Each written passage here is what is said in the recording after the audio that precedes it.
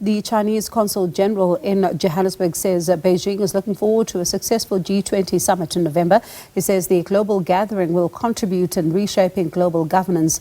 The Consul General is taking part in the celebration of 76 years of the founding of the People's Republic of China. And Khayelihle Khumalo joins us live now from Sandton, north of Johannesburg. Khayelihle, good evening to you and thank you so much for your time. Take us through what is expected to happen tonight. Well, that's right, Bongo. Quite a very important night here in Johannesburg.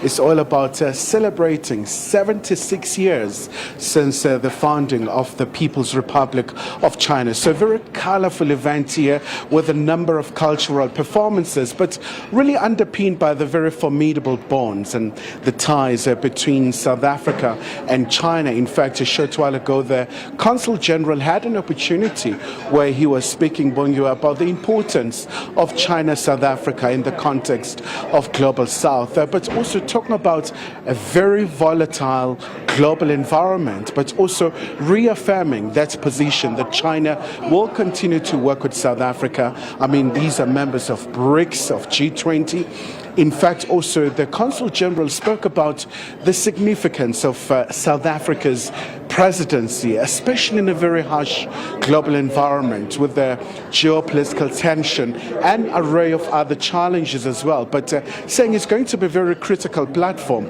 for South Africa in terms of making sure that there is international peace, especially also in the context of the African continent, Bongo, where you do have pockets of conflict, but also the priorities of South Africa when it comes to G20, the issues around debt resilience, the issue around climate change, among other things as well. But a very significant step in terms of China's progress, Bongo, 76 years, and obviously a massive evolution from this country that was once so poor, but being able to be a very influential economy. In fact, when you look at the global economic standing, China is the second largest economy, but also they call it a global factory because of its manufacturing base, how it's positioned itself, but also just in terms of the innovation. But quite a number of people are here as well, Bongo, from the Gauteng government as well.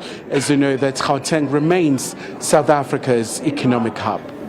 And of course, Khayelihle, as this event takes place, right, it also speaks to the economy of that, particular country, given the fact that you do have South Africa, on the other hand, whose economy is not growing at a rate that it's supposed to be. But when you look at this particular economy, as you say, a country that has managed to make some serious strides, I wonder, how are those who are from government processing some of the developments that China has made? Well, absolutely, especially when you look at the context of China, for example. I mean, for a number of years now, it's been growing at about 5%, but in comparison to South Africa, a fairly sluggish economic performance. But I think there is a great deal of understanding that South Africa can really learn quite extensively from China's experience in terms of making sure that the country is able really to come up and be able to be a powerhouse on its own and be able to overcome these challenges. But a very important time as well, Bongo. We know that now all eyes really are in November, where South Africa will have an opportunity to have the G20 leaders in our shores. So there's quite a lot of expectations in terms of the agenda, in terms of all these influential economies coming to South Africa, but a very good opportunity for the country as well to showcase itself.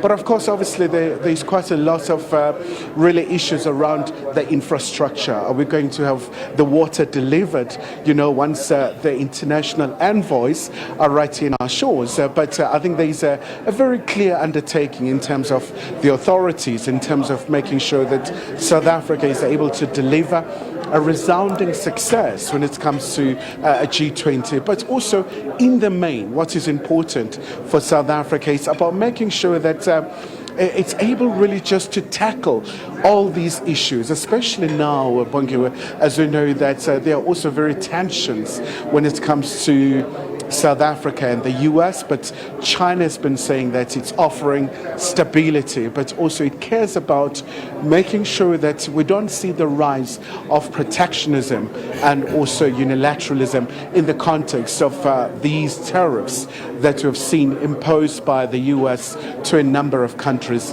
including South Africa itself. Khayelihle Khumalo, my colleague, they live for us in Sandton, north of Johannesburg.